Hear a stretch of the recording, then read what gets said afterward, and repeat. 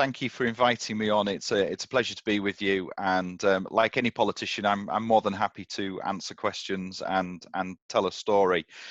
This is a really exciting time, being elected as the first Conservative MP for Darlington since we lost the seat in 1992. So I just want to pick up on one tiny little thing that you said in respect of the Red Wall, and Darlington is not technically one of the Red Wall seats because it has been held by the Conservatives on a number of occasions. So it's effectively a marginal seat, and I was selected to stand for Darlington a year in advance of the elections and worked incredibly hard, and building on where Ben Houchen had succeeded as the Tees Valley Combined Authority Mayor and then winning control of the council in May of last year.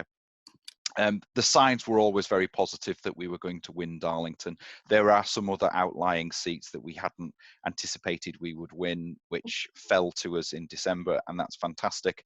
I had anticipated being one of maybe 2 or 3 Conservatives elected in the Tees Valley, but we ended up with far more than that. So that's fantastic news to have those colleagues with me. Being from the Northeast, grown up in the Northeast, run a business in the Northeast, lived in the Northeast, I'm incredibly passionate and proud of my roots in the region.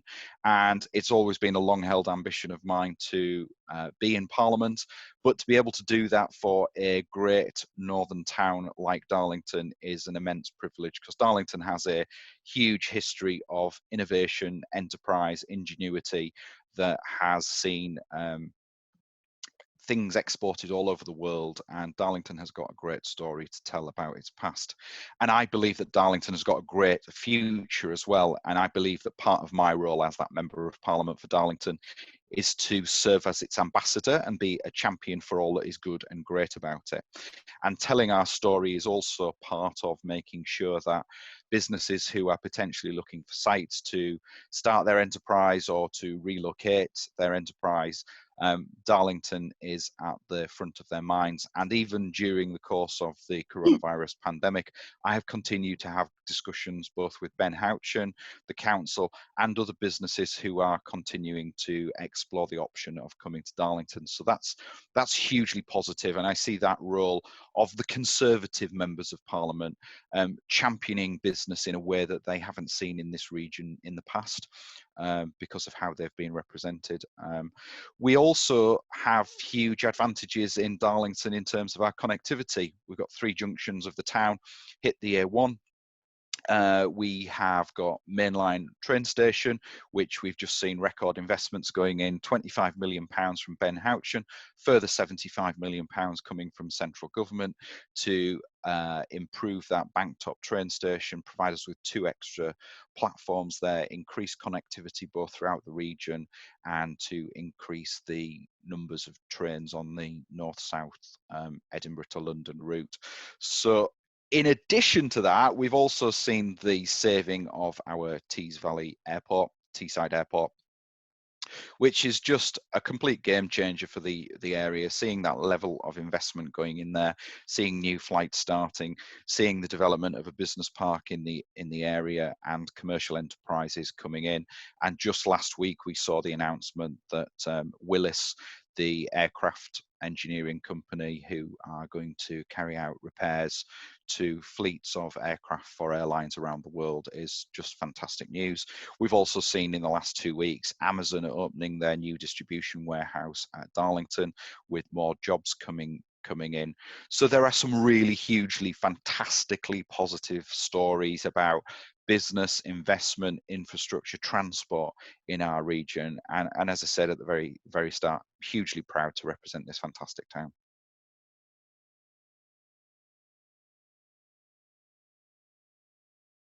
We are incredibly fortunate to have a great friend of the whole of the Tees Valley in the form of Rishi. He represents the Richmond constituency, which, as you may know, abuts Tees Valley. My constituency abuts his at the River Tees.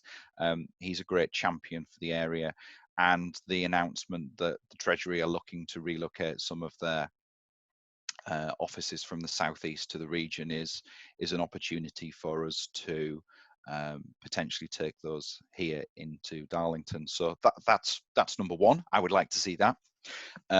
We've already had a win in terms of the investment that's coming into Banktop Station.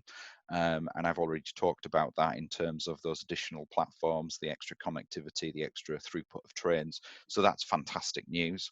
I'm continuing to press the case for the link up of the A66 to junction 59 of the A1, ensuring that Darlington does actually finally, after many, many decades of oversight, have its ring road effectively completed. And that has a number of benefits, not only to the connectivity of the whole region, businesses in the north of the region being able to connect down into Tees Valley and onto Teesport, but also improving travel times, journey times in and around Darlington, easing congestion and emissions, and improving the lives of people who live in that part of North Darlington. So that would be top of my wish list, really, in terms of completing some of the things that I wanted to achieve, that I set out throughout the election. We've also seen recently the success of Ben recovering all of the land on the former SSI site, and the huge opportunities that presents for the wider region to bring new employers, new industry, new commerce to the area. And with its connectivity with the road, the rail, the airport, and the seaport, those opportunities for the wider region is truly tremendous. Throughout the area, we have fantastic businesses involved in petrochemicals, oil, gas, but also green energy as well, and biosciences. Here in Darlington, we've got some fantastic businesses who have either chosen to stay because of some of those connectivities, or planning to expand because of the options of the wider region. In terms of what the council's been doing, I speak very regularly with the leadership at Darlington Council. I meet regularly with both the chief executive and the leader. We are bidding for money from central government for investment in the town centre, Future High Streets Fund, Towns Fund, which I sit on the board of. So there are huge opportunities to help the town centre bounce back. We've seen incredible support for our businesses locally, with Darlington being one of the top performing councils in the region in terms of getting its grants out to local businesses. I've set up a new Facebook group on called Darlington Means Business, in order to connect with businesses in the town, both retail and service sector, small and large, in order to have a dialogue with them. And I very much see my role as being a champion of businesses in the town. And people have said to me, well, why are you a champion of business? Well, first of all, I've got a history of being in business myself, having run a regional law firm prior to its disposal last year. So I understand the pains and joys of running an enterprise, employing people. And I have every sympathy with businesses at this particular point in time, and I come at that from a position of being able to understand some of the issues that they're going through, having lived through them myself. But in supporting businesses, what I'm actually doing is I'm supporting our local economy by supporting businesses and encouraging people to use them and shop locally, following what we call the Preston model, where people try and shop local and buy local and keep the money in the local economy. What we're actually doing is we're protecting local jobs, we're protecting the incomes of people who live in the town, and continuing to support those services. Darlington Council's got some great plans for the town centre. I think all of us realise and recognise that the shift to online shopping, shopping habits have changed immeasurably. We are not going to go back to the days where we saw, the bustle and hustle of the high streets of the past. And so what Darlington have started to do is to work on a plan to try and condense the town centre with further residential developments in parts of the town centre, sort of effectively that the town centre contracts, and so you effectively squeeze out the empty shop units, and you end up with more footfall, adapting to a nighttime economy. And we've won Purple Flag Awards for our town centre nighttime economy.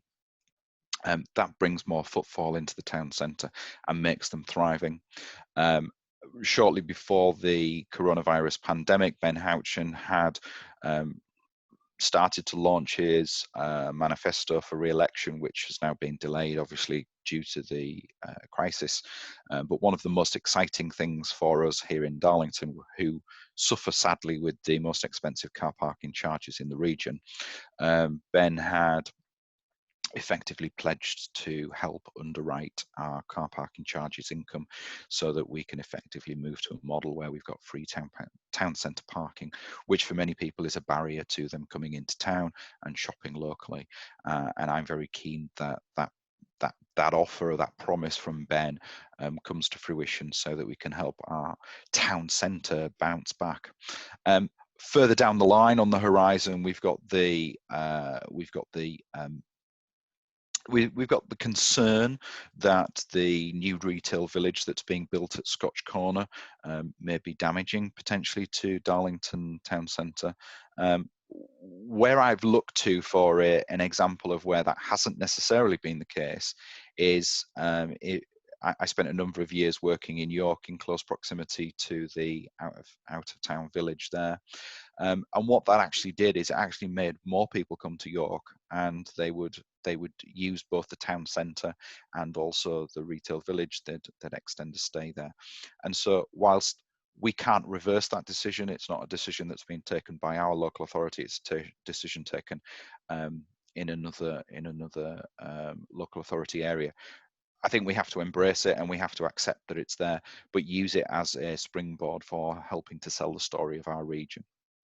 Darlington has an amazing story to tell in terms of its history, its heritage, its architecture, its railway museum, the home of Locomotion One, the first passenger railway.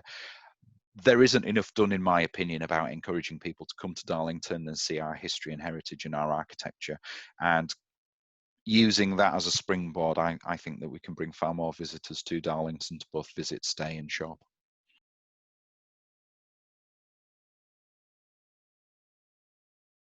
The issues that businesses in Darlington have faced are the same as those around the country, businesses that have been forced to shut.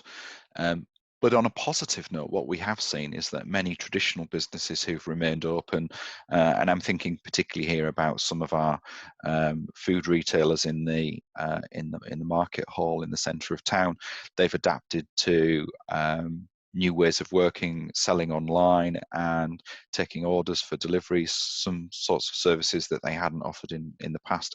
So we've seen an incredible amount of innovation. Some of our businesses have continued to operate to provide food to people in key services like healthcare and in the National Health Service. We've seen restaurants dishing out food for free. We've seen some pubs and restaurants supplying food to the community. And we've seen a huge uptake in terms of people volunteering to come out and help our elderly and our vulnerable and our isolated. We've seen people preparing what's the word I'm looking for? Hospital scrubs, building, building a whole new community of volunteers across the town who've stepped up to the plate and have come out. And I know that you've asked me about this, but as part of my membership of the APPG for social integration, we've just conducted a study into how society can take advantage of those volunteers that have come forward and how we can harness them for the future in terms of ensuring that we do become a more connected society. And one of the things that we talked about in that group is the digital connectivity, because what this pandemic has shown is that there are certain sectors of our society that are not integrated and are isolated because of lack of digital connectivity. So I welcome the schemes out there, such as charities refurbishing and donating tablets and iPads and laptops to various groups. I welcome the supply of digital equipment from the government to disadvantaged people. But what I think we possibly can do is utilize some of those volunteers to become digital champions, because it's not just about supplying a piece of kit. It's about people having the knowledge and information and the confidence to use a product. So utilizing that volunteer community to help improve that digital connectivity of our community, I think, is a huge step forward. I'm incredibly impressed by the resilience of the community in Darlington, the community spirit that's come not just from businesses but from individuals. And I think we have seen some really lovely, really wonderful, some really heartwarming evidence of the real society that we have. And I think this pandemic has given us the opportunity to see some of the real faith and trust and humanity in our society that is fantastic to see. And if we can harness that for the future and learn some of those lessons about how connected we can be and how helpful our society can be, that's all for the good of society.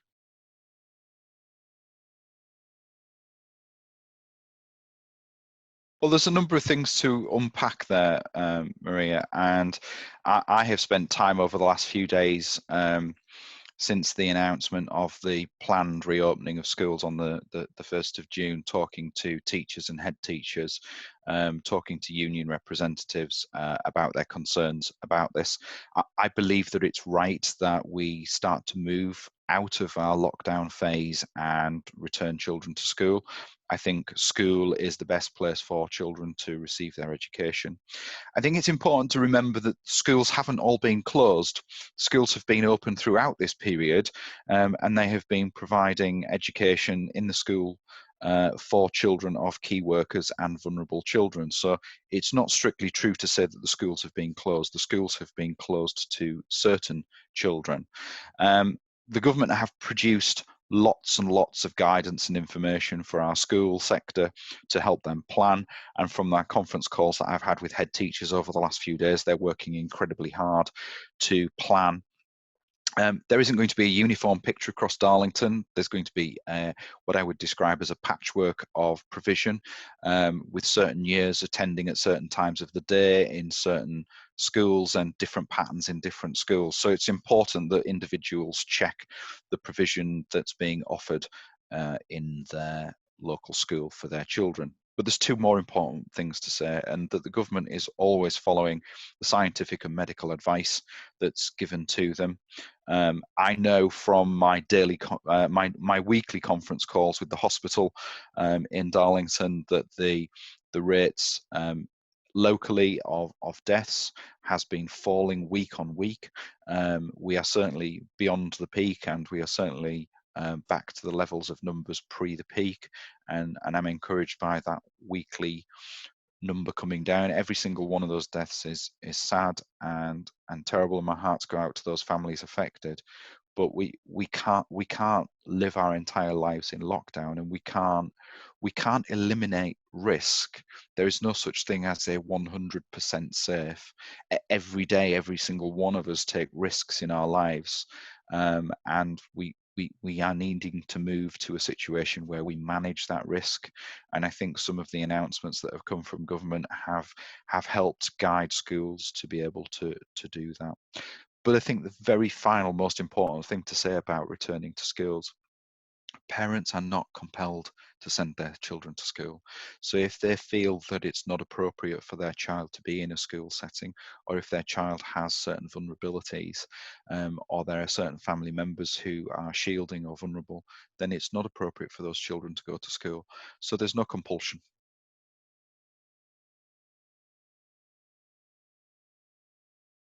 In terms of where we are in Darlington, which forms part of one of the 5 local authorities inside the combined authority, I think in terms of devolution for us, in the Tees Valley, the job is done. That said, I am pretty sure that there are more powers that could be taken back from Westminster to the Tees Valley Combined Authority. I know as each year's gone past, Ben has garnered additional powers for the Tees Valley Combined Authority, and we've seen that with adult education, careers service, etc. So I think moving forward, as government sees the success of devolution around the country, sees the fantastic way that Ben has revolutionised and transformed our region in terms of our sense of pride and ambition, that more powers can be devolved to the Tees Valley Combined Authority. And working with the local authority in Darlington, who've done an amazing job during the pandemic of taking care of a variety of things and getting that money out to businesses quickly, launching its hub and supporting the community, coordinating PPE through the local resilience forum. Everybody has done a tremendous job, and that's to be praised. And I think the lesson I think I've learned from this is that Tees Valley is very small in terms of geography, and that size has been incredibly powerful because we've been able to see decisions taken quickly and proactive results delivered very quickly. I think if we're talking on a wider sort of pan northern basis, you know, we have deeply rural areas with the isolation issues that they face, the connectivity issues that they face. And I think each part of the region needs to look at what devolution deal is best for it. I mean, looking immediately south of the River Tees, there's been a very, very long-running debate in terms of what devolution looks like for North Yorkshire. And I know there are lots of opinions as to what is the right solution for Yorkshire. And I think when you look at Yorkshire, the answers for Yorkshire devolution are going to be quite different to what the Tees Valley looks like. Tees Valley is a fairly compact. You can travel from one side of the Tees Valley to the other in about 40 minutes. It's small. It's a small geographical area with a significant population. You look at parts of North Yorkshire once you cross the River Tees, and you've got huge swathes of countryside with a massive geography. So I think the solutions for devolution in Yorkshire are going to be quite different to the devolution solution for the Tees Valley. I think looking around the region, I think people, perhaps Tyneside, have looked to Teesside and seen how successful theirs has been, and they've effectively missed the boat, or they are late to the game.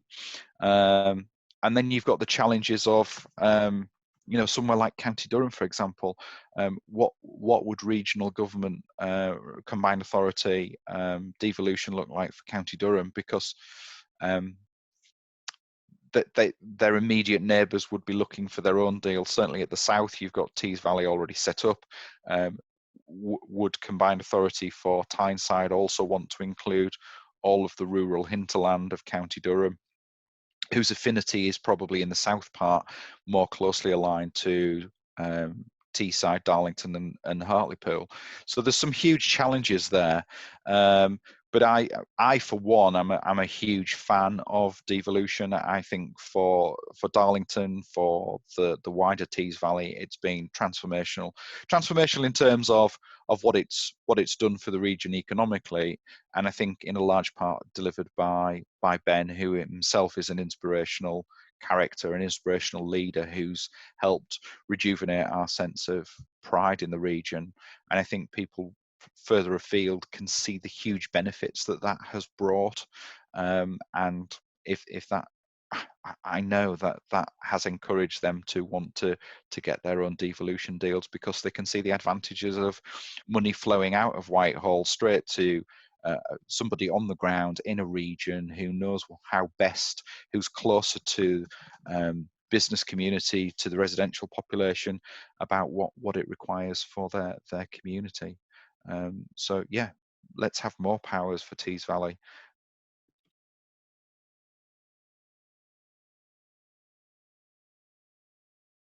So we need to see more money coming. Obviously, we're always going to be banging the drum for more money to come.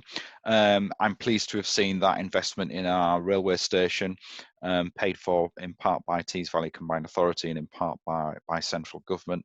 That infrastructure investment, I will continue to bang the drum for more investment in our infrastructure. So I'm continuing to push for the connection of our A66 to the A1. Ben has done a fantastic job in getting control of the SSI site and seeing new businesses come to that site and to other sites throughout the entire Tees Valley, including the business park that's being developed around the airport. Further flights, further airlines, further expansion of our airport at Teesside will be hugely beneficial. And anything that I can do in my role as Member of Parliament to encourage businesses and enterprises coming to our region is something that I will continue to focus on. But I think there's also some issues to deal with in terms of that levelling up agenda, because levelling up is not just about spending. Levelling up is also about improving opportunities, and there is much work to still be done in terms of inspiring ambition and opportunity in our young people to encourage them to achieve what they potentially can achieve, but then also to encourage them to remain within our region. We need to encourage people who've, once they've studied or learnt their trades, to remain in our region and contribute to our economy locally. And so there's more work to be done in terms of inspiring that ambition and enterprise locally. Something that I'm passionate about, making sure that let's call them working class kids. Working class kids see the real opportunities that society can have for them, and making sure that they reach their true potential. That's something that I want to see focus on in government policy, and I see my role in Darlington as being one of a champion for businesses in the town and championing all that's good about our town. So 6 months into this new job, Brexit done. Pandemic behind us, I'm looking forward to getting on with the real part of the job, which is meeting as many people as possible in Darlington, responding to their issues, concerns, and representing them as their voice in Westminster. And I'm naturally a very positive person with a positive outlook, and I think with the things that we've had going on in our politics over the last 3 or 4 years, that's behind us. I'm looking forward to the impact of the pandemic on our social connectedness being behind us, so we can start to return to normal, and we can get back on with building our economy and making Darlington great again. Well, Peter, I have no doubt that all of this is certainly going to happen, because you have shown incredible enthusiasm, optimism, and you clearly have a plan. So I'm very confident that we will keep hearing again and again about great things happening in Darlington and in Teesside more generally. So thank you very, very much for your time and talking to us about your constituency, the region, and your hopes for the future. Thank you, Maria. It's been a pleasure. And if any of your viewers want to get in touch with me, I'm certainly available through social media at Gibbo for Darlow.